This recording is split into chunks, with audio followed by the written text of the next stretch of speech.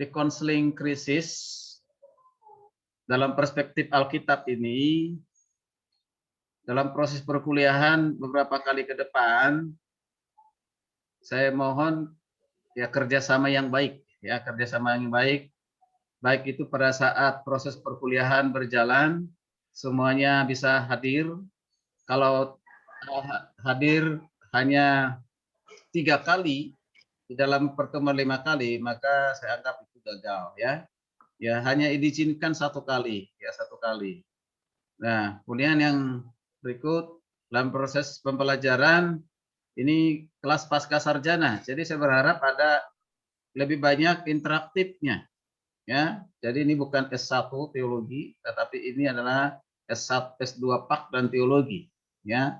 Nah, jadi ini berharap lebih banyak interaksinya karena Bapak Ibu semua sudah punya pengalaman, bahkan bukan saja pengalaman, pengetahuan, ya pengetahuan, ya, terutama pengetahuan berhubungan dengan konseling.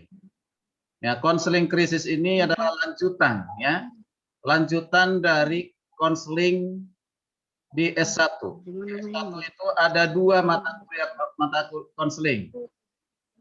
Yang pertama konseling pengantar. Kalau boleh di-mute yang lain, tolong di-mute yang lain. Tolong di-mute yang lain, nanti kalau misalnya ada mau bertanya boleh ya dibuka ya supaya jangan terganggu. Oke, terima kasih. Ya, saya lanjutkan. Jadi kalau konseling krisis ini bagian dari lanjutan konseling 1 dan 2 di S1. Kalau prodinya Pak dan teologi S1-nya pasti mendapatkan mata kuliah konseling, yaitu konseling 1 dan konseling 2. Nah, konseling 1 itu biasanya pengantar, pengenalan. Konseling lebih banyak ke teori-teorinya, ya, teorinya. Yaitu apa itu konseling, ya. Ya, pengertian konseling Kristen, perbedaan konseling sekuler sekuler dengan konseling Kristen, ya, psikologi Kristen dengan psikologi sekuler, ya, teknik-teknik konseling, pengertian konseling, konselor dan yang lain sebagainya. Itu baru dasarnya, ya. Ya, dasarnya. Nah, baru masuk konseling 2. Ya, konseling 2 itu biasanya sudah lebih banyak kepada praktek untuk melakukan konseling, praktek-praktek yang dasar tentunya. Nah, itu 2 mata kuliah yang ada di S1. Nah, dilanjutkan di S2, ya konseling namanya konseling krisis, berarti kekhususan, ya kekhususan. Mengapa dikatakan kekhususan? Ada kata krisis, ya krisis. Nah, ini kita perlu memahaminya dari perspektif Alkitab. Karena konseling krisis itu bukan saja dipelajari di sekolah perguruan tinggi teologi, tapi juga di perguruan tinggi umum juga mempelajari itu. Bahkan perguruan tinggi agama lain juga mempelajari tentang konseling krisis, ya. Tapi kalau kita bedakan, ya bedakan, ya di konseling 1 dan 2 di S1 saja sudah banyak perbedaan dengan konseling yang lain, ya. Oke, ya perlu perkenalkan, nama saya pengajar Ketua STTK Taros, ya Adol Bastian Butar-Butar. Nah, apakah yang 16 orang ini lulusan alumni dari STTK Taros atau ada alumni dari yang lain? Ada alumni dari STT lain? Ada? Ada. Ya. Ada, Pak. Pak Halput ini ya? Pak Polisi. Iya. Ya, oke. Brian doa juga. Baik, baik. Selain Pak Halput, saya dari mana? Ada yang lain? Masih ada. Siapa? Ada. Oke, baik. Brian doa. Tolong dikurangi Pak sudah suaranya terganggu itu.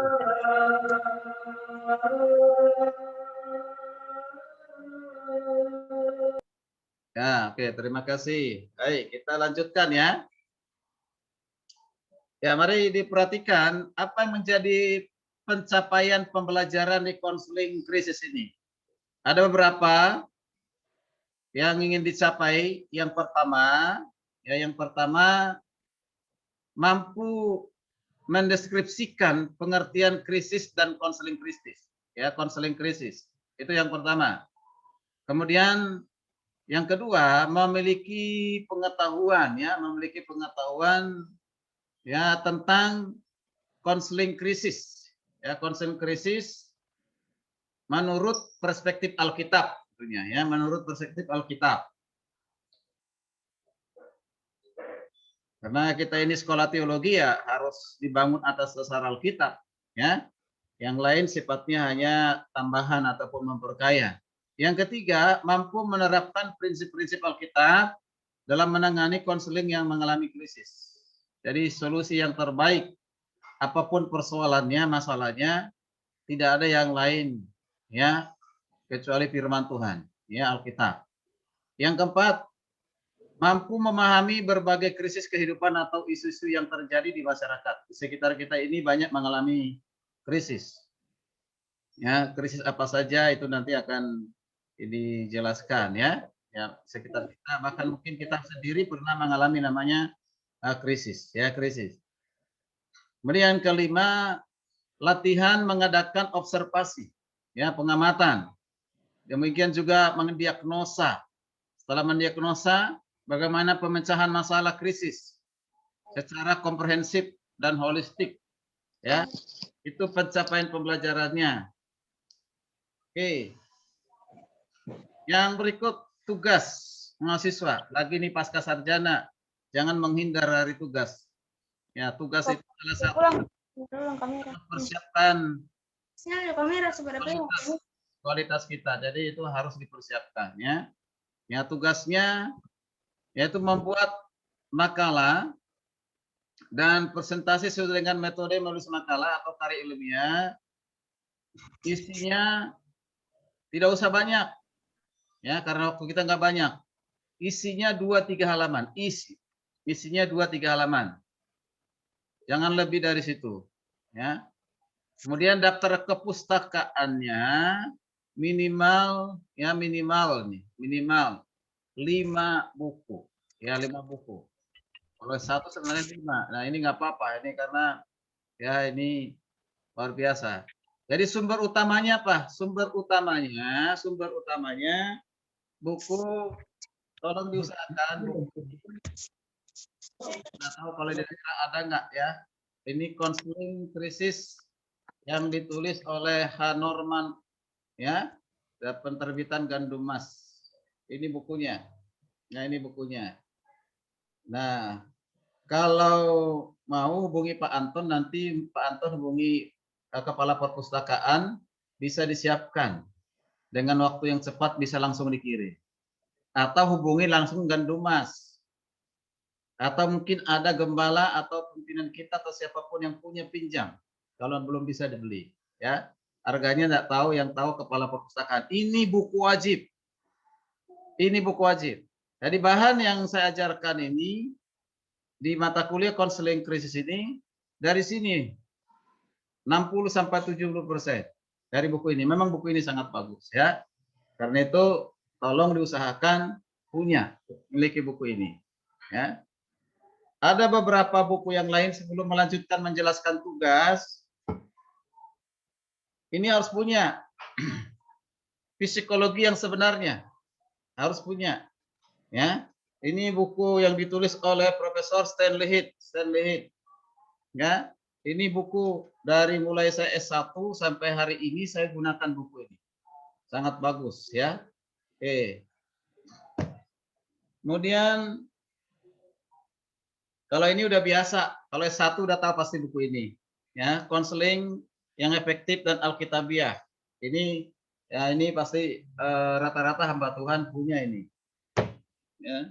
Dan dimasuk ini konseling Kristen yang efektif. Konseling Kristen yang efektif. Ya. Nah, ini juga di S1. Nah, ini buku di S1 pas diwajibkan. Kemudian buku lagi ada mengatasi krisis kehidupan. Mengatasi krisis kehidupan. Oke. Nah, ini beberapa buku. yang mewakili. Masih banyak buku yang lainnya berhubungan dengan konseling. Ada konseling Alkitabiah yang sangat tebal gitu ya. Ya, berharap ini kelas sarjana ini punya buku minimal konseling, buku konseling itu minimal harus punya 5 buku ya. Karena itu buku kita bisa butuhkan, perlukan selama kita ada hidup di dunia ini, kecuali sudah pensiun jadi pelayan masyarakat atau pelayan Tuhan di gereja. Ya. Oke, baik. Ini maaf Pak, sebentar Pak interupsi. Ya, boleh. Nah, kalau boleh nanti itu buku itu ini contoh-contoh buku, judul buku atau model buku itu dibagi di grup Pak, karena ada mungkin yang jaringannya agak lalot Pak, jadi tidak sempat lihat atau bagaimana Pak. Ya, Makasih. siap Pak, siap. Ya, nanti setelah kelas ini nanti langsung saya share. Baik. Oke, kita lanjutkan tentang tugas. Yang tugas ini akan dibagi ada berapa orang? Nanti saya akan coba cek dari 16 orang, berarti ini harus dibagi tugasnya ya. Nah, ini tugasnya. Nanti akan saya share nama dan topiknya. Ya, nanti nama akan di-share nanti di grup. Yang pertama, krisis depresi. Ya, depresi. Kemudian yang kedua, krisis yang menyangkut niat bunuh diri. Ya, niat bunuh diri. Nah, kalau orang sudah mau bunuh diri, ini sudah masuk dalam krisis ya. Kemudian krisis kematian, ketika orang menjelang kematian ya. Kemudian krisis perceraian, ya perceraian. Kemudian pelayanan terhadap anak-anak yang dalam keadaan krisis. Ya, anak-anak biasanya mulai dari TK, bahasa juga prasekolah dan mau masuk sekolah bisa mengalami krisis. Dari TK masuk ke SD pun bisa mengalami krisis ya. Nah, krisis ya. Oke, dan selanjutnya sampai ke pendidikan yang lebih tinggi. Yang keenam, krisis masa remaja. Ya, itu masa pubertas, masa pra remaja ke remaja, dari remaja ke pemuda, itu biasanya mencari identitas diri ya. Mencari pengakuan diri di lingkungan di mana sekolah maupun di lingkungan pergaulannya, biasanya juga mengalami krisis ya. Kemudian yang berikut, yang ketujuh, krisis dalam transisi hidup ya, transisi hidup, krisis identitas ya, banyak orang mengalami krisis identitas ya, krisis PHK atau kehilangan ya pekerjaan ya, kehilangan pekerjaan.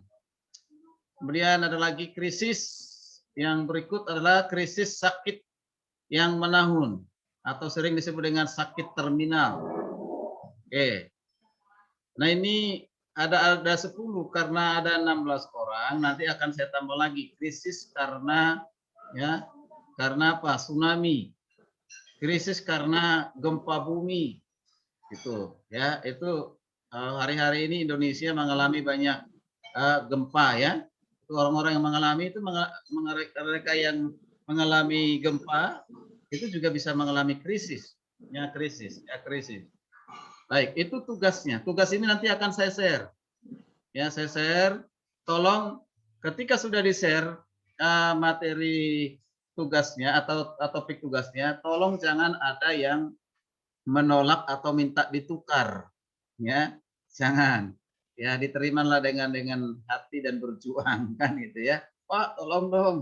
Ya, mengapa saya ingatkan itu? Ada juga mahasiswa yang kalau begitu, Pak, saya ini ibu rumah tangga, Pak. Tolong jangan yang ini dong. Nah, kalau udah masuk mahasiswa pasca sarjana berarti harus sudah siap segala konsekuensinya. Sekalipun sibuk. Jadi jangan sampai alasan karena sibuk, ya. Ya, jangan karena alasan banyak kegiatan atau karena menjadi ibu rumah tangga. Saya tidak berharap yang demikian. Berarti udah siap. Ya, kalau nggak siap, ya boleh mundur, nggak apa-apa di kelas pasca sarjana konseling krisis ini. Tapi saya berharap ini adalah hamba-hamba Tuhan yang hebat, yang luar biasa, yang siap untuk bekerja, siap untuk melakukan tugas. Ya, baik. Terima kasih. Itu yang perlu saya sampaikan mengenai tugas. Oke, sekarang ada pertanyaan sebelum kita lanjutkan ke pengertian krisis. Ada pertanyaan berhubungan dengan tugas? Silakan. Jika ada pertanyaan, mungkin ada yang kurang paham. Ada Kalau misalnya tidak bisa komunikasi dengan suara, bisa juga di chat aja ya, chat. Ya.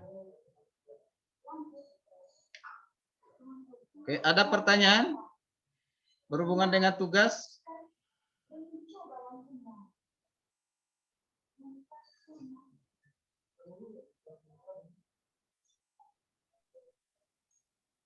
Nanti satu orang dapat satu tugas ya Pak. Ya, Jadi betul. tiap orang berbeda-beda ya. Ya, betul sekali. Betul, ya. Ini saya 10 karena kemarin waktu ikut konseling krisis yang mata kuliah yang tahun lalu, hanya 10 orang, saya siapkan 10 orang. Gitu, ya. Waktu untuk presentasinya nanti hanya 10 sampai 15 menit, tidak lama-lama. Ya. Oke, terima kasih pertanyaannya. Ada yang lain yang mau bertanya?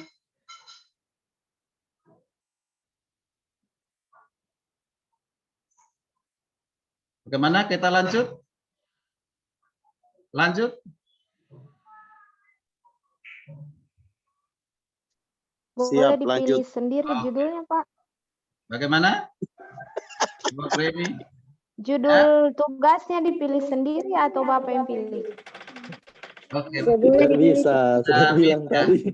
Nanti saya bagi. Saya bagi. Oh, oke, Pak. Kapan batas waktunya itu, Pak? Ah, jadi gini, nanti Kapan batas waktu pengumpulan? kan ini kan waktunya kita pertemuan hanya 5 kali ya, 5 kali. Berarti minggu depan sudah langsung mulai yang kelompok mungkin yang urutan nomor 1 dan 2 gitu. Ya. Jadi sekali ini nanti setiap kali pertemuan kita usahakan minimal 2 orang ya, 2 mahasiswa yang maju. Kalau bisa 3 ya. Berapa halaman tadi tugasnya? Berapa halaman? 2 sampai 3 halaman isinya. Itu isinya. 2 sampai 3 halaman. Ya, isi ya. Betul. Jadi nanti kan ada covernya, ada kan ini kalau misalnya kan 3 bab ya. Bab 1 itu pendahuluan. 3 halaman dengan covernya. Ya, jangan itu isi. 2 sampai 3 halaman itu isi. Jadi, kalau dengan cover dengan kesimpulan berarti itu ada sekitar jadi bisa sampai 10 halaman atau 8 halaman, 9 ya. Kan cover pendahuluan. Di pendahuluan itu kan bisa 1-2 halaman. Ya. Kemudian bab 2 pembahasan. Bab 2 pembahasan. Ya, bab 3 kesimpulan. Ya, di terakhir ya daftar kepustakaan. Oke. Nah, ini saya ingatkan kembali nanti bahannya ataupun sumber materinya usahakan jangan semuanya diambil dari internet. Ya. Ya, 10% jangan lebih dari 10% dan diberitahu itu diambil dikutip dari mana, dari siapa, kapan. Ya. Jadi jangan lebih dari 10%. Saya bilang tadi tugas itu ada di buku ini. Nah, ada di buku ini tugas ini, ya. Ya, semua tugas tadi itu ada di sini. Ya. Oke. Baik, terima kasih. Masih ada yang mau bertanya? Kalau tidak ada kita lanjutkan. Oke, kita lanjutkan pengertian krisis. Jadi untuk dapat terbeban dan mengambil bagian dalam pelayanan konseling krisis, tentunya mahasiswa pascasarjana ini harus lebih dahulu tahu dulu atau paham dulu arti dari krisis. Ya, kata krisis ini bukan kata yang baru tentunya ya. Sudah sering kita dengar misalnya krisis ekonomi, ya kan gitu ya. Krisis keuangan, kantong kering itu bagian dari krisis, ya kan gitu ya. Nah, ya sudah sering kata-kata krisis ini. Tapi kaitannya dengan konseling. Nah, ini ya. Jadi harus paham dulu apa itu krisis. Lalu bagaimana hubungan atau perpaduannya dengan konseling Kristen. Dari arti kata dasar dari krisis itu sendiri adalah sebagai suatu masa yang gawat ya gawat atau sebenarnya dengan kritis atau kritis sekali, ya, ya kritis. Kata sekali di sini bukan kritis sekali, artinya krisisnya itu berjangka panjang bisa, ya, dan atau disebut dengan suatu titik balik dalam sesuatu. Jadi suatu titik balik, di mana seseorang mengalami namanya suatu titik balik, ya mengalami krisis yang membuat dia tidak mampu atau tidak mampu menerima kondisi dan keadaan itu membuat akhirnya bisa jatuh, ya lebih jatuh lagi, ya gitu ya, atau lebih kehilangan semangat hidup, ya itu. Oke, kemudian krisis sering digunakan untuk apa? Untuk suatu reaksi dari dalam diri seorang, ada suatu reaksi. Ini beda kalau stres, memang stres depresi kalau didefinisikan stres itu kan gangguan irama hidup, ya gangguan irama hidup, ya jadi sesuatu yang diingini tidak tercapai, terganggu. Mengingini sesuatu, dia udah berjuang tapi gagal, tidak tercapai. Itu stres. Bahkan kalau udah masuk ke tingkat depresi, ya depresi. Ada dua depresi, depresi biasa, depresi akut, ya kan? Ya. Kalau udah depresi, itu sudah di tingkat di atas stres. Depresi akut sudah merasa tidak ada kemampuan untuk menerima kenyataan hidup yang dialami. Nah, makanya nanti arahnya akhirnya depresi akut itu bisa kepada akhirnya bunuh diri. Ya, bunuh diri. Jadi ini keadaan diri. Nah, kalau sudah mulai krisis, nah itu. Jadi itu. Dari stres, depresi, depresi akut lalu masuk ke krisis. Nah, tahapannya begitu. Ya, tahapannya begitu. Nah, ini yang penting untuk kita perhatikan. Jadi nah ini berarti apa? Disebabkan sesuatu yang bahaya dari luar. Biasanya krisis itu bisa terjadi karena apa? Itu disebabkan lebih banyak di luar dirinya. Ya, di luar dirinya, ya. Oke. Nah, banyak faktor. Nanti kita lihat apa sih faktor apa yang menyebabkan seorang mengalami krisis. Oke, ini kita masih masuk ke pengertian. Tadi etimologi krisis itu artinya apa? Keadaan yang berbahaya atau dalam menderita sakit bisa, atau parah ya, sakitnya semakin parah, atau bisa juga dikatakan keadaan yang genting, kemelut, atau keadaan yang suram tentang apa? Ekonomi, moral, atau disebut dengan saat yang menentukan dalam cerita atau drama ketika situasi menjadi berbahaya, ya, ada keputusan yang harus diambil, kemudian konfrontasi yang intensif dan dahsyat yang terjadi dalam waktu yang singkat dan merupakan ganti peperangan dalam era nuklir misalnya, ya. Nah, itu. Dan banyak hal, ya, banyak hal. Jadi perhatikan, krisis itu biasanya meliputi hilangnya kemampuan untuk mengatasi masalah. Jadi merasa kehilangan untuk kemampuan untuk mengatasi masalah. Nah, itu sementara. Kemudian dengan perkiraan bahwa gangguan fungsi emosi dapat kembali seperti semula. Tadi gini, ada orang bisa cepat mengatasi masalah. Tapi ada juga prosesnya cukup lama. Ya, cukup lama. Nah, kalau yang cepat prosesnya itu biasanya tidak sampai ke tahap krisis. Tahap krisis. Tapi kalau dia sudah berulang-ulang mengalami persoalan yang sama, lalu berganti lagi persoalan yang lain, nggak segera selesai, ini potensi untuk mengalami namanya krisis. Ya, krisis. Nah, lalu bagaimana? Keadaan itu bisa mengembalikan ke semula. Ya, keadaan semula. Ini dipengaruhi banyak hal. Faktor kejiwaan atau psikisnya.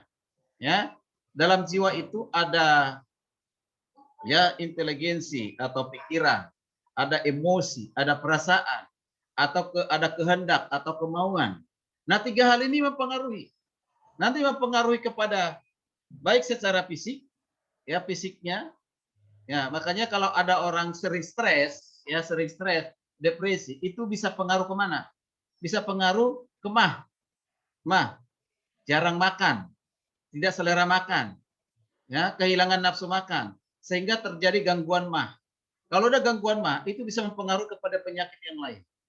Nah ini, jadi hati-hati mengelola stres, jangan sampai terlalu sering stres, maka itu menyebabkan penyakit MAH. Ya, kalau udah sering terganggu pikiran karena segala persoalan, ini juga bisa ya menyebabkan sakit fisik dan juga menyebabkan apa? Bukan saja fisik, ya, menyebabkan secara psikis, ya, psikis tadi, kejiwaan dan juga sosial berhubungan dengan yang lain. Bahkan juga hal rohani, mulai tidak tertarik lagi dengan hal yang rohani. Udah mulai malas melayani, mulai malas berdoa, tidak tertarik lagi untuk melakukan hal-hal yang sifatnya pelayanan. Itu kan? Ya, mengundurkan diri dari kegiatan-kegiatan yang biasa dilakukan. Nah, itu. Bagaimana mengembalikan ini ke semula? Supaya jangan mengalami namanya krisis akut. Ya, kalau udah krisis akut, ya udah. Itu biasanya sudah nggak bisa tertolong itu. Ya, sudah mengalami namanya sakit terminal. Ya, jika seseorang mengatasi ancaman itu secara efektif, maka ia dapat kembali berfungsi separah keadaan sebelum krisis. Gitu ya. Artinya kalau dia mengatasinya, ancaman-ancaman yang ada pada dirinya yang buat dia mengalami krisis, kalau dia segera merespon, ya responsif, ya dia langsung tahu itu, sadar itu akan membawa kepada suatu persoalan yang lebih berat, dia segera atasi. Nah, maka krisis itu bisa selesai. Ya, bisa selesai kembali kepada posisi normal di awal kan ya. Masih dalam pengertian krisis, krisis adalah situasi genting yang mengguncangkan keseimbangan hidup. Ya. Halo, tolong remote dulu yang lain, tolong. Halo. Ya. Ya, krisis adalah situasi genting. Ya, kita tahu apa maksudnya genting ya. Jadi mengguncang keseimbangan hidup dan memaksa kita untuk mengubah hidup kita secara drastis. Ya, mungkin setiap kita pernah namanya mengalami guncangan hidup. Guncangan hidup itu apa? Banyak hal, ya. Terguncang karena ya terjadi perselingkuhan dalam rumah tangga. Ya, terguncang karena keadaan ekonomi dalam rumah tangga. Terguncang karena kehilangan yang kita kasihi. Ya, terguncang, banyak hal yang membuat kita bisa terguncang, ya terguncang. Nah, bagaimana ini bisa menghadapinya? Bagaimana ini bisa mengubahnya? Ya. Nah, kalau dia cepat, maka krisis cepat selesai. Tapi kalau dia lambat, maka krisis akan lambat untuk diselesaikan. Jadi tergantung kepada siapa? Tergantung kepada kita yang mengalami krisis atau orang-orang yang kita layani, ya. Ya. Jadi krisis itu bisa dikatakan penyakit terminal.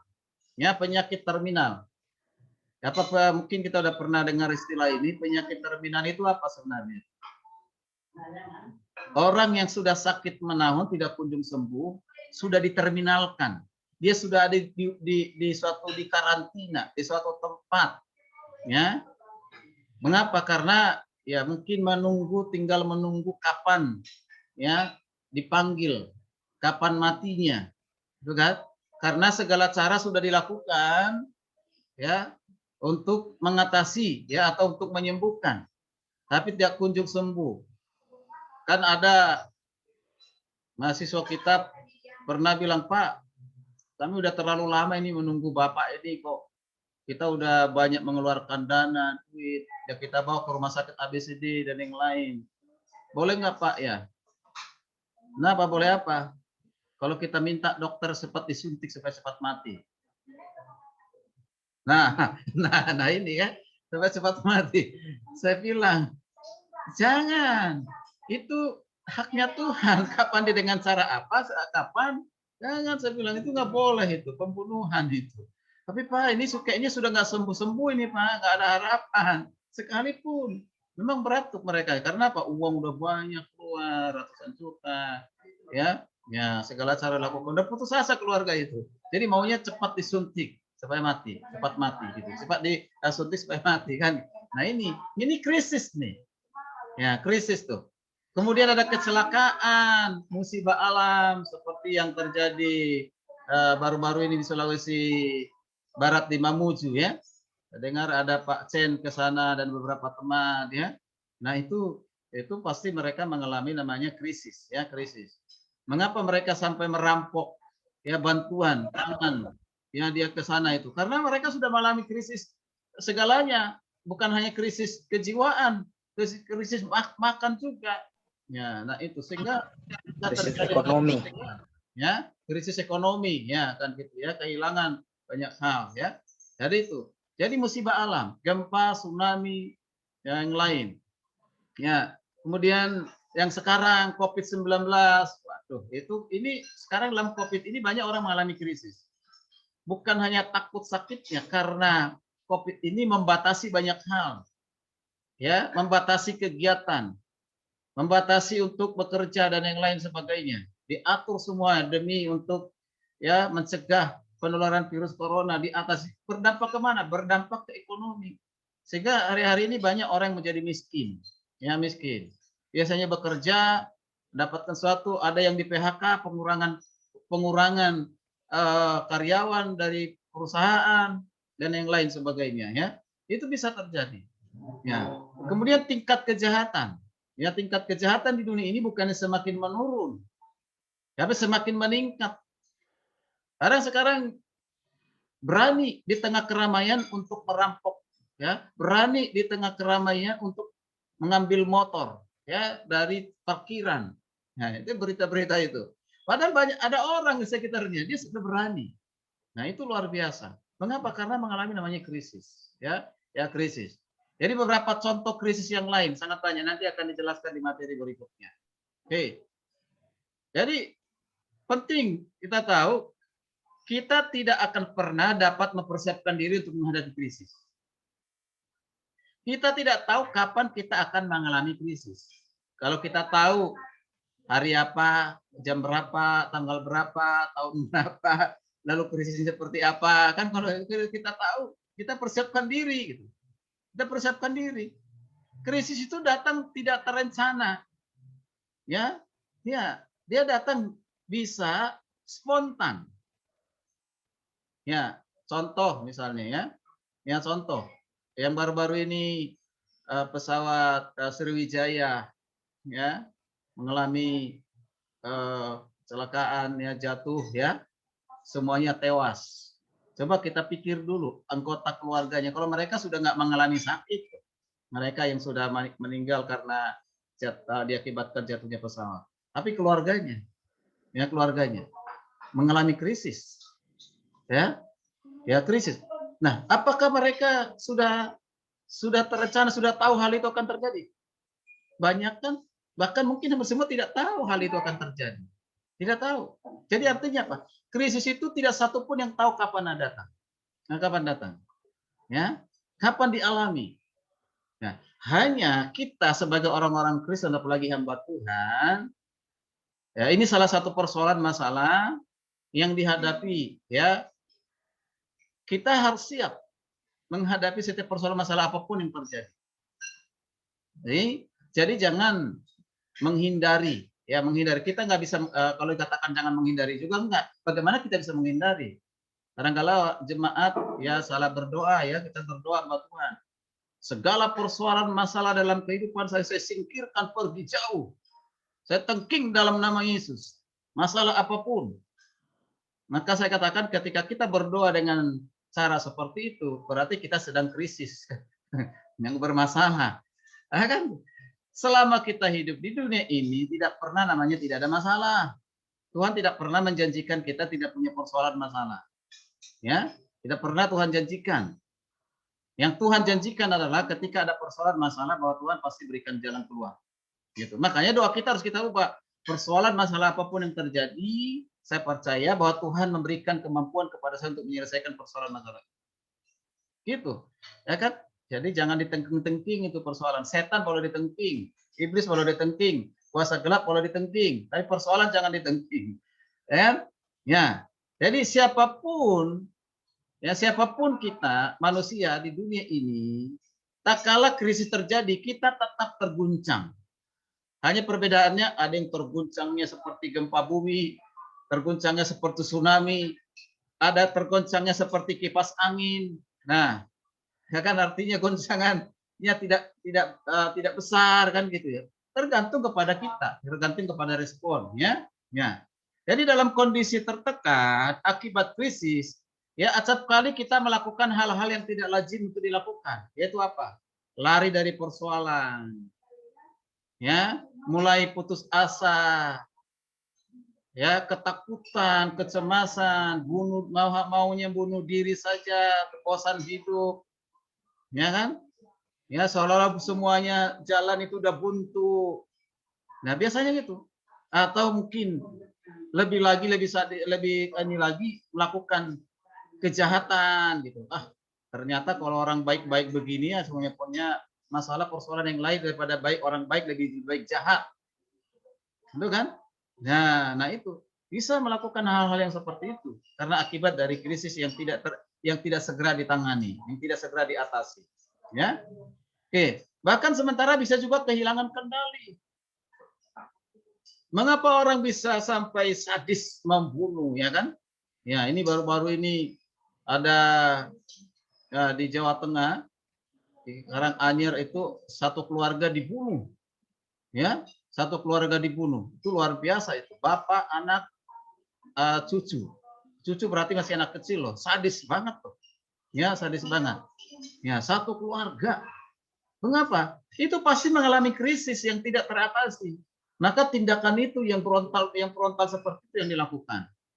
Ya, itu. Ada hanya karena persoalan, ya, ya persoalan mobil, ya anak tak kandungnya, ya mempolisikan ataupun artinya mengadu ke pihak berwajib mama kandungnya sendiri hanya karena persoalan mobil. Nah ini anak itu dikandung, dilahirkan, dibesarkan dan punya mobil, ada persoalan mobil aja laporkan gitu kan mama kandungnya sendiri. Ini krisis yang seperti ini. Ya. Banyak hal yang lainnya. Apa namanya? Suatu tindakan-tindakan yang sebenarnya tidak wajar ya dikerjakan lakukan. Itu krisis, ya. Oke. Masih pengertian krisis menuntut perubahan dan perubahan menuntut fleksibel. Krisis itu menuntut perubahan. Perubahan yang bagaimana? Tentunya yang diharapkan adalah perubahan yang lebih baik. Ya, perubahan yang lebih baik. Ya, yang lebih baik. Tapi bisa juga bukan perubahan yang lebih baik, bisa saja menjadi perubahan yang lebih buruk. Ya. Lalu dikatakan perubahan itu menuntut dikatakan fleksibilitas atau fleksibel, artinya bisa beradaptasi. Ya, bisa beradaptasi. Dituntut untuk beradaptasi. Bagaimana cara mengatasi krisis itu dituntut beradaptasi. Ya, itu beradaptasi. Ya, kecenderungan lebih baik mengatasi krisis dibandingkan orang yang kaku dan alias beradaptasi.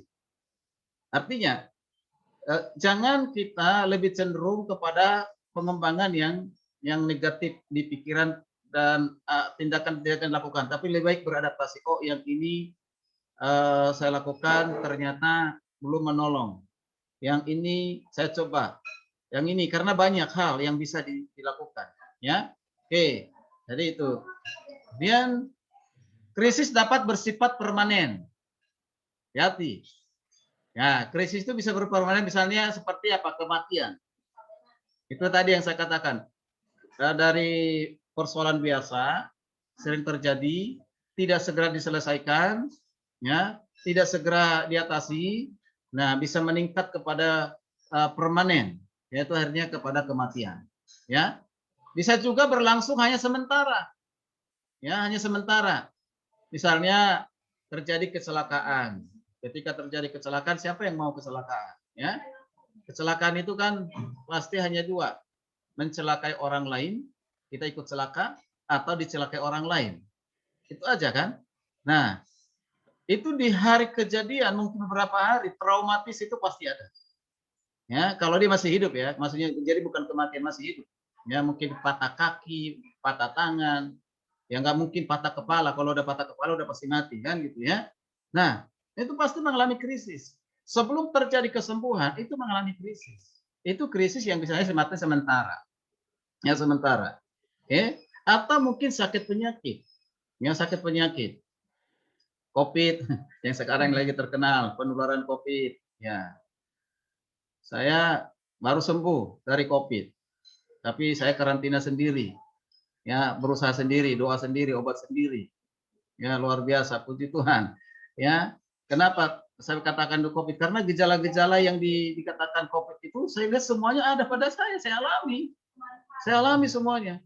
Ya, dia berjuang, nggak bisa tidur, kepala panas, ya, dada sesak, panas, semuanya, sendi-sendi tubuh ini sakit, ya sakit, nggak ada nafsu makan sama sekali, nggak ada penciuman, ya nggak ada rasa dan yang lain sebagainya. Itu saya alami, ya kan saya alami. Ya, tapi apa yang harus dilakukan? Itu mengalami krisis, ya krisis. Tapi krisis sementara, ya krisis sementara. Krisisnya berapa lama? 10 hari, 14 hari, baru mengalami keluar dari masa krisis itu. Ya, sembuh puji Tuhan. Makanya bisa ketemu mahasiswa sarjana kelas Tentena ini. Ya kalau enggak mungkin Jangan dulu ke Tentena. oke, dan yang lain di sekitarnya. Puji Tuhan. Dan berkat doanya juga ya. Terima kasih Pak Chen. Pak Chen ini pasti mendoakan saya. Amin, amin. Pak Anton. Pasti amin. Ya. Ya, jadi banyak krisis penyakit nih. Nggak tahu pernah nggak yang mengalami? Pak Chen pernah sakit waktu yang lama? Pernah? Penyakit liver. Nah, penyakit liver apalagi itu nggak bisa waktu sebentar sembuh itu, butuh waktu yang lama kan? Pasti mengalami krisis. Cuma krisis itu ada yang disebut dengan krisis sementara, bukan permanen, ya. Wah, jadi tergantung ya kita bagaimana bisa mengatasinya, mengatasi sedini mungkin, ya. Oke, jadi krisis tetap berada di dalam wilayah kekuasaan Tuhan. Ini penting sekali. Ingat ya, krisis ya perhatikan, krisis itu bukan datangnya dari Tuhan, bukan datangnya dari Tuhan. Jangan sampai kita personal salahkan Tuhan, ya kan? Virus corona itu bukan datang dari Tuhan. Segala sakit apapun yang sifatnya menular bukan datangnya dari Tuhan. Itu datangnya dari dunia, dari manusia, bahkan bisa dikatakan dari rekayasa, kejahatan dan yang lain sebagainya. Ya kan? Ya. Tapi ingat, itu tetap ada di wilayah kekuasaan Tuhan. Ya. Tuhan tahu. Bukan hanya tahu, bahkan bisa Tuhan izinkan. Ya, Tuhan mengizinkan. Itu bisa terjadi. Beda ya, Tuhan kehendaki dengan Tuhan izinkan itu beda. Ya, Tuhan izinkan. Tentu ada maksud Tuhan. Ya, untuk mengizinkan semua itu bisa terjadi. Pasti ada maksud Tuhan. Manusia sekarang ini sudah semakin sombong dengan kecanggihan teknologi di rumah sakit, ya kan? Teknologi dalam alat-alat untuk penyembuhan sakit penyakit, itu kan? Sehingga tidak butuh Tuhan lagi, itu kan? Obat-obat, merasa sudah canggih, ya. Dan manusia sudah mulai sombong sehingga melupakan Tuhan. Tuhan bisa Tuhan izinkan, Tuhan hajar. Ternyata apa? Lebih dari 200 negara mengalami namanya COVID, kewalahan. Jepang, ya, peralatan rumah sakit mana yang mereka tidak miliki yang canggih? Ya? Korea, negara lain, apalagi Amerika. Alat rumah sakit yang mana yang mereka tidak miliki yang canggih? Ternyata tidak bisa digunakan untuk COVID. Nah ini, Tuhan izinkan itu bisa terjadi semuanya. Sehingga bisa mengalami krisis banyak hal. Supaya apa?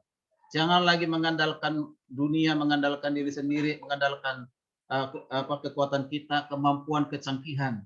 Tapi harus mengandalkan Tuhan. Itu. Jadi itu. Ya. Nah, oke, baik. Sekarang apa hubungan konseling krisis dengan konseling? Tentu harus kita belajar apakah konseling krisis itu. Ya, konseling krisis itu. Ya. Ya, menurut para dokter, ya dokter dulu nih, berarti medis ya, medis. Nah, krisis itu ialah saat-saat terjadinya perubahan dalam suatu penyakit. Ya, jadi penekanannya kepada penyakit. Ya, penyakit. Perubahan suatu penyakit. Perubahan itu apa? Perubahan itu bisa menjadi lebih baik. Ya, bisa menjadi lebih baik. Ya, tapi juga perubahan yang bisa lebih buruk atau lebih parah. Ya, lebih parah, ya. Nah itu. Nah tentunya pasien medis pasti berharap penyakitnya bisa sembuh lebih cepat, lebih baik. Ya, kecuali rumah sakit yang nakal, misalnya supaya lama di rumah sakit, banyak pemasukan, kan gitu ya. Ya, kita nggak tahu lah ya kan, disengaja cukup lama. Nah, makanya dari awal udah ditanya siapa penanggung jawab, dicek, ya kan, tanda tangan, ya baru ditangani, ya kita baru masuk kamar, dirawat, penanganan dokter. Nah itu bisa, ya bisa terjadi hal demikian. Ya, contoh jika ada, mudah-mudahan tidak ada yang seperti itu. Tapi maksud saya di sini, Berarti Pak, ya, berarti Pak kalau ya, izin Pak, oke, kalau lihat dari poin ini berarti krisis itu berkaitan dengan proses. betul, proses untuk penyelesaian mengatasi krisis. Ya, ada sifatnya tadi dikatakan permanen, ada yang sifatnya sementara, ada yang bisa dibuat lebih baik. Krisis itu bisa membuat lebih baik, bisa membuat lebih buruk. Ya, itu ya. Oke. Ya. Siap. Ya. Siap. Ya. Baik.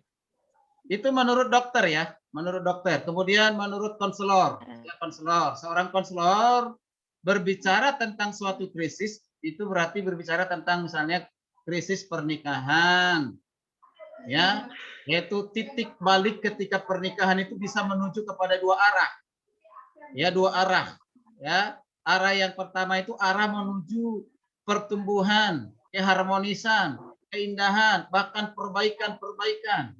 Karena limanya ada satu laki satu perempuan, ya hanya kenalan dalam pacaran, lalu masuk dalam suatu suami istri untuk hidup bersama-sama untuk selamanya, selama di dunia ini, itu proses di dalamnya ada namanya adaptasi, saling mengenal satu sama lainnya. Karena kalau dalam pacaran itu biasanya tidak semuanya dibuka, ya. Ada juga yang dirahasiakan, ya. Ya banyak contoh. Ya misalnya contoh ini ya. Ya, waktu masa pacaran ya selalu pakai hak tinggi, pakai celana panjang supaya kelihatan tinggi kan gitu ya. Tapi setelah menikah ternyata dilihat jadi pendek. Nah, gitu kan? Itu persoalan, ya. Atau waktu pacaran tidak tahu kalau suaminya itu, calon suaminya itu kalau tidurnya itu mendengkur, ngorok gitu kan. Ya terganggu sekali kan gitu, nggak tahu ya. Setelah menikah baru tahu. Nah, kalau tahu dulu kamu waktu pacaran kamu ini seperti tidur begini mengganggu saya, ya saya tidak mau menikah denganmu kan gitu ya, hanya karena persoalan ngorok, ya mendengkur gitu. Akhirnya apa? Suaminya diusir, udah kamu tidur di kamar sebelah saja, mengganggu ketenangan saya tidur. Nah ini makanya sebelum menikah masih pacaran, yang laki-laki harus beritahu bahwa ayah tidur saya ngorok ya, dengkur ya, gitu. Supaya dia siapkan mentalnya. Yang bahaya Pak, kamar sebelah pembantu suka yang ngorok Pak. Oh, begitu ya. Jadi harus. Soalnya kalau sama Pak Fadli ada pembantunya. Oh, gitu. Ya, jadi segala kelemahan kekurangan itu ya harus diberitahu ya kepada pasangan masing-masing, apakah semakin mencintainya atau justru nanti meninggalkannya. Gitu. Tapi kalau sudah cinta yang sejati, apapun itu akan tetap katakan, semuanya itu saya siap untuk menerima. Nah kan gitu ya. Amin. Ya, ada kasus ini ya, kasusnya begini. Ya, kasusnya begini. Ada seorang perempuan masa pacaran sudah tahu suaminya itu, calon suaminya itu, pacarnya itu yang laki ini narkoba. Ya, narkoba. Nah, udah tahu persis ya bahwa itu adalah pacarnya narkoba. Tapi dia tetap ngotot untuk menikah dengan orang itu. Lalu udah pernah juga ditangkap, ya masuk ke bui, keluar lagi, ya tetap dia cintai. Hebat tuh cintanya, luar biasa, ya kan? Ya. Lalu mengapa dia tetap ngotot? Tetap dia bertekad untuk menikah dengan orang itu. Begini, mungkin nanti setelah menikah dia berubah. Gitu. Mungkin nanti setelah menikah dia berubah. Ya udah menikahlah. Setelah menikah ternyata nggak berubah. Tetap aja. Wah, membuat dia stres.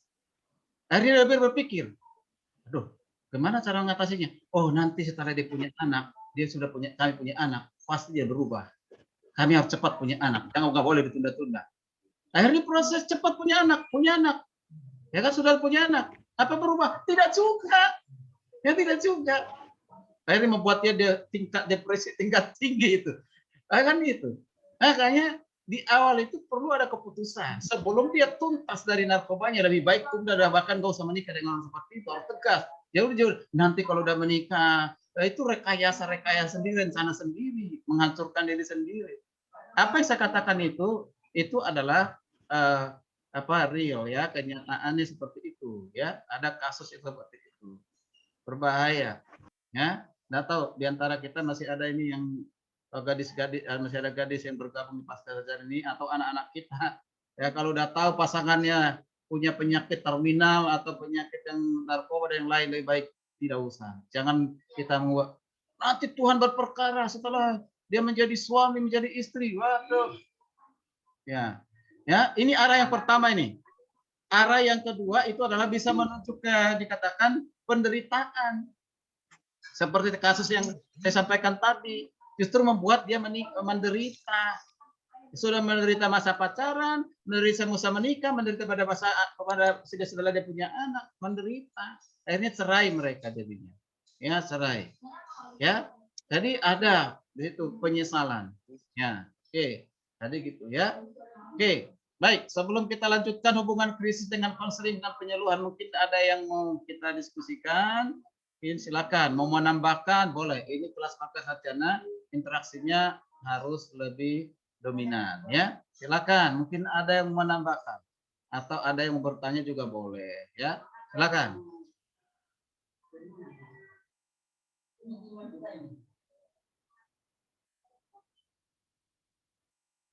Gimana Pak Cep? Ya, silakan Pak Stephen Adrian.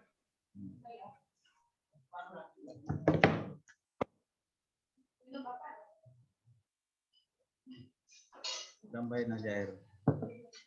Pak Fadli silakan.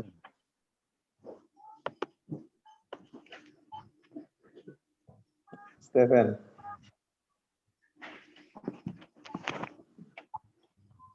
Izin Pak dosen, izin. Ya, silakan. Ini tadi siapa ini? Masanya belum diganti namanya ya. Kenapa nggak diganti? Jadi NHTTPS ya itu ya bisa kok itu diganti. Iya Pak, iya Pak. Nah, diganti di partisipan ya. Kalau nanti sorot yang ada tulisan more terus ada name ya. Ya itu tak. Ya. Kelas poso ini, kelas poso. Ya, oh dari poso ya. Ya silakan. Karena tidak cantum namanya, jadi saya tidak tahu. Jadi saya pakai HTTP. Terima kasih atas kesempatannya. Saya atas nama Aswin Beviani Nante, saya dari kelas Poso. Saya ingin bertanya, dari semua krisis yang kita sudah pelajari tadi, dari sekian krisis yang sudah kita pelajari, saya mau bertanya Pak, apakah semua krisis itu bisa dikatakan krisis rohani? Karena maksudnya berkaitan dengan kayak apa ya, perceraian, ada hubungannya lah dengan kerohaniannya seseorang. Maksudnya cobalah minta penjelasannya. Apakah memang bisa disebut krisis kerohanian? Itu gimana penjelasannya? Makasih. Terima kasih. Tadi mata kuliahnya kan mata kuliah konseling krisis dari perspektif Alkitab.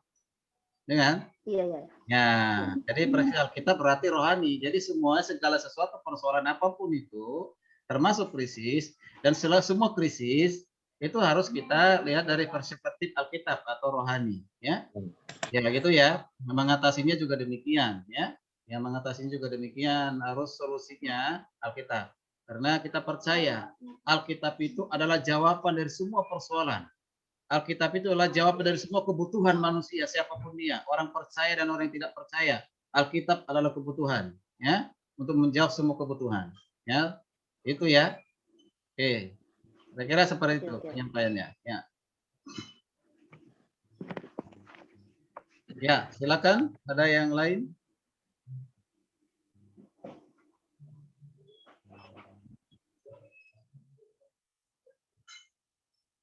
Waktu kita 15 menit lagi. Mau bertanya, Pak? Ya, silakan. Kalau dari penjelasan Bapak tadi, ini untuk mengatasi segala krisis itu basic to Bible, kembali ke Alkitab. Perkenalkan dulu kalau bisa. Ya, izin perkenalkan nama saya ini Fadli Orun tuh dari kelas Popayato. Pertanyaan saya ini mengacu kepada pernyataan atau penjelasan Bapak tadi. Ya. Maaf tadi saya agak sempat hilang Pak, cuma terakhir itu saya dengar bahwa segala sesuatu itu mengacu kepada Alkitab Ya. atau basic to Bible. Yang saya mau tanyakan begini Pak.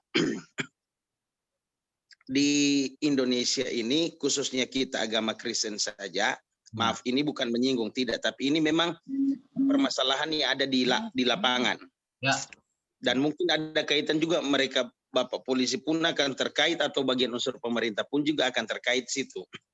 Yang saya mau tanyakan begini, ada organisasi yang melarang perceraian, tapi ini ada organisasi yang bisa perceraian, bahkan sampai nikah lagi.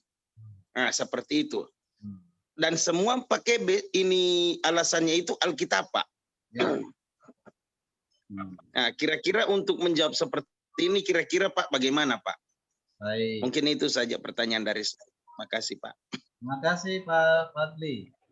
Jadi gini, ya, mengapa sampai hari ini banyak ajaran sesat, ajaran-ajaran yang kontroversial, terutama di kalangan orang Kristen sendiri. Padahal sumber Alkitab, sumbernya pengajarannya sama, yaitu Alkitab, gitu kan? Ya, Alkitab. Ya, demikian halnya dengan tadi masalah ada yang boleh bercerai, ada yang boleh, ada yang katakan tidak boleh. Ini kembali kepada masing-masing bagaimana memahami Alkitab, bukan karena menggunakan Alkitab. Itu ya. Oke, kesesatan terjadi karena salah memahami Alkitab. Ya. Nah, jadi orang mengizinkan bisa perceraian, ya. Misalnya dikatakan bercerai karena zina, ini juga saya mengatakan salah paham Alkitab. Kalau dipahami itu secara induktif, melihat secara keseluruhan konteks dekat, konteks jauh, sebenarnya Tuhan tidak pernah mengizinkan perceraian. Ya, itu karena kekerasan hati manusia. Kalau bisa terjadi perjanjian lama karena kekerasan hati manusia, bukan karena kehendak Tuhan. Ya kan gitu ya. Nah ini jadi kembali kepada masing-masing bagaimana memahami Alkitab, Pak. Bukan persoalan menggunakan Alkitabnya. Ini Alkitabnya. Nah, ini dosen mengajar mata kuliah hermeneutik. Mengajarkan ilmu penafsiran Alkitab itu harus menggunakan namanya metode induktif. Ya, metode induktif. Ya. Cari data dan fakta. Menggali Alkitab, Pak. Ya, penggalian Alkitabnya, cari data dan fakta dulu baru ada kesimpulan.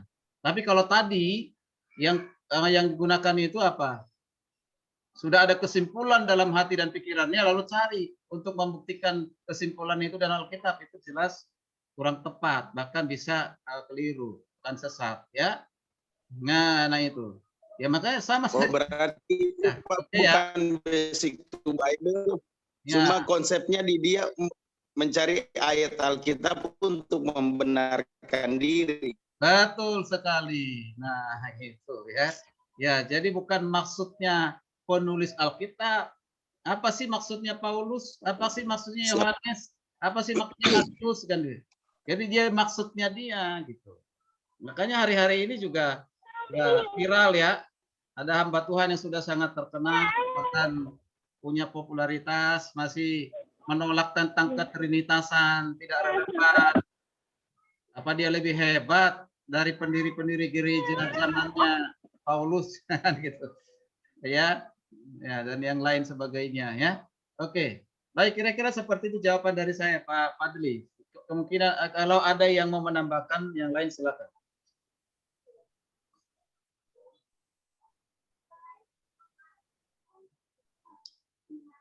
Oke. Oke, kalau tidak ada kita lanjutkan 15 menit lagi.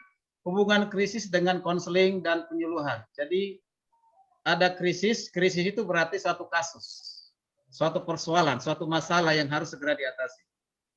Lalu apa hubungannya dengan konseling dan penyuluhan? Ya, oke, kita sudah tahu ya, apakah konseling atau penyuluhan itu? Konseling atau penyuluhan adalah proses pemberian bantuan yang dilakukan oleh seorang ahli. Kalau kita ini berarti seorang konselor atau pembimbing atau hamba Tuhan. Ya, hamba Tuhan. Ya, hamba Tuhan. Atau yang dipercayakan.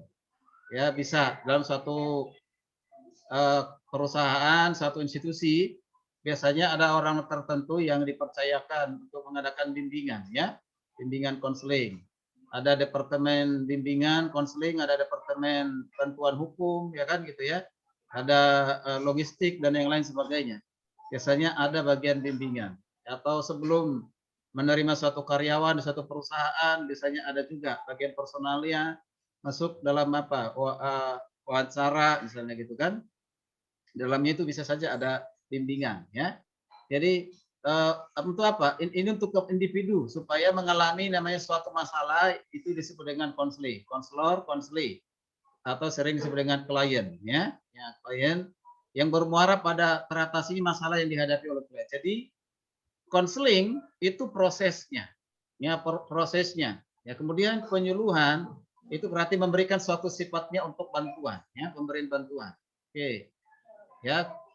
Kemudian konseling krisis. Konseling krisis artinya konseling atau penyuluhan adalah proses pemberian bantuan yang dilakukan oleh seorang ahli, oke, kepada individu yang mengalami suatu masalah atau disebut dengan konseling yang bermuara pada teratasi suatu krisis yang dihadapi oleh klien. Krisis adalah suatu kesulitan yang sangat akut, maka perlu penanganan secara spesial. Ya, perlu penanganan yang holistik, penanganan yang komprehensif, ya, karena ini bukan krisis ini bukan persoalan yang biasa, ya. Oke, arti konseling Kristen. Nah, ini udah biasa untuk kita dengar. Saya hanya membaca sepintas saja, saya tidak perlu jelaskan.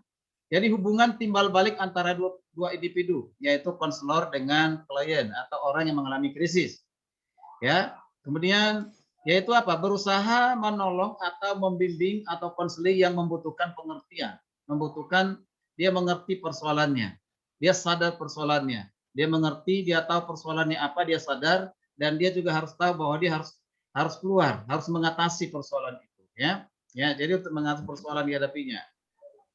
Itu umum. Tapi saya buat ada definisi yang saya buat sendiri. Ya, definisi yang saya buat sendiri. Kalau itu saya ambil dari buku konseling. Definisi konseling Kristen yang menurut, ya, minta tolong Pak Chen, baca Pak Chen, supaya saya dengan nggak baca nama saya sendiri. Pak Chen, ada nggak Pak Chen? Masih bersama hubungan dengan krisis dengan konseling. Definisi ya. Konseling Kristen. Ya, saya sudah baca. Ya, baca. Berarti jaringan. Definisi konseling Kristen menurut Dr. Adolf Bastian Butar-Butar. Definisi konseling Kristen adalah hubungan dua pribadi yang saling mengasihi, mengambil prakarsa untuk mencapai pemecahan suatu masalah berdasarkan Alkitab dan dalam pimpinan kuasa Roh Kudus serta menyerahkan prosesnya kepada Tuhan.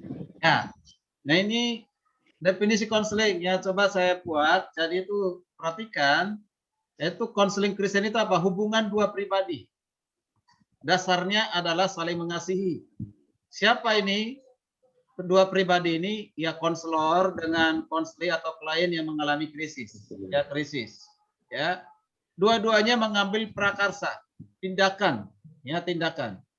Bisa diawali oleh konselor ketika melihat orang sedang mengalami krisis. Ketika melihat, menyaksikan misalnya jemaatnya tidak masa bodoh gitu kan. Oh, ini kayaknya orang ini punya persoalan. Saya lihat baru-baru ini kayaknya menurun semangatnya. Tidak lagi datang doa, tidak lagi datang melayani, udah jarang ibadah. Ya, didatangi ini kayaknya ini sedang mengalami persoalan nih. Ambil tindakan, ambil prakarsa tanpa disuruh oleh klien, ya kan? Ya, langsung buat pertemuan, janji ketemu. Ada apa? Saya ingin ketemu ini, ngobrol-ngobrol sudah lama ini dan yang lain sebagainya. Ya kan gitu ya. Jadi ngambil tindakan, atau dari konseling itu sendiri yang mengalami krisis sendiri, mengambil prakarsa. Dia membutuhkan pertolongan orang lain.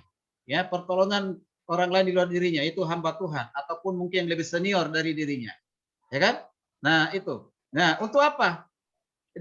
Saya ingatkan lagi, dasarnya konselor karena mengasihi. Dasarnya klien juga karena mengasihi. Ya, seperti Tuhan mengasihi kita, ya kita mengasihi sama kita, dalam hal ini konseling, ya, konseling. Untuk apa? Untuk mencapai pemecahan suatu masalah. Ini kata kuncinya, pemecahan suatu masalah. Kata kuncinya pemecahan. Jadi dua pribadi yang ketemu ini, goal akhirnya adalah pemecahan masalah, terutama masalah krisis, ya, masalah krisis. Ya, oke. Jadi itu goalnya, ya, goalnya. Bagaimana cara memecahkannya? Harus lebih mengutamakan prinsip Alkitab, ya, berdasarkan Alkitab. Tadi saya katakan, ya, Alkitab adalah solusi dari semua persoalan masalah manusia. Alkitab adalah kebutuhan untuk menjawab kebutuhan dari semua manusia. Itu Alkitab, ya. Itu harus kita yakini itu. Ya, yakini itu. Ya.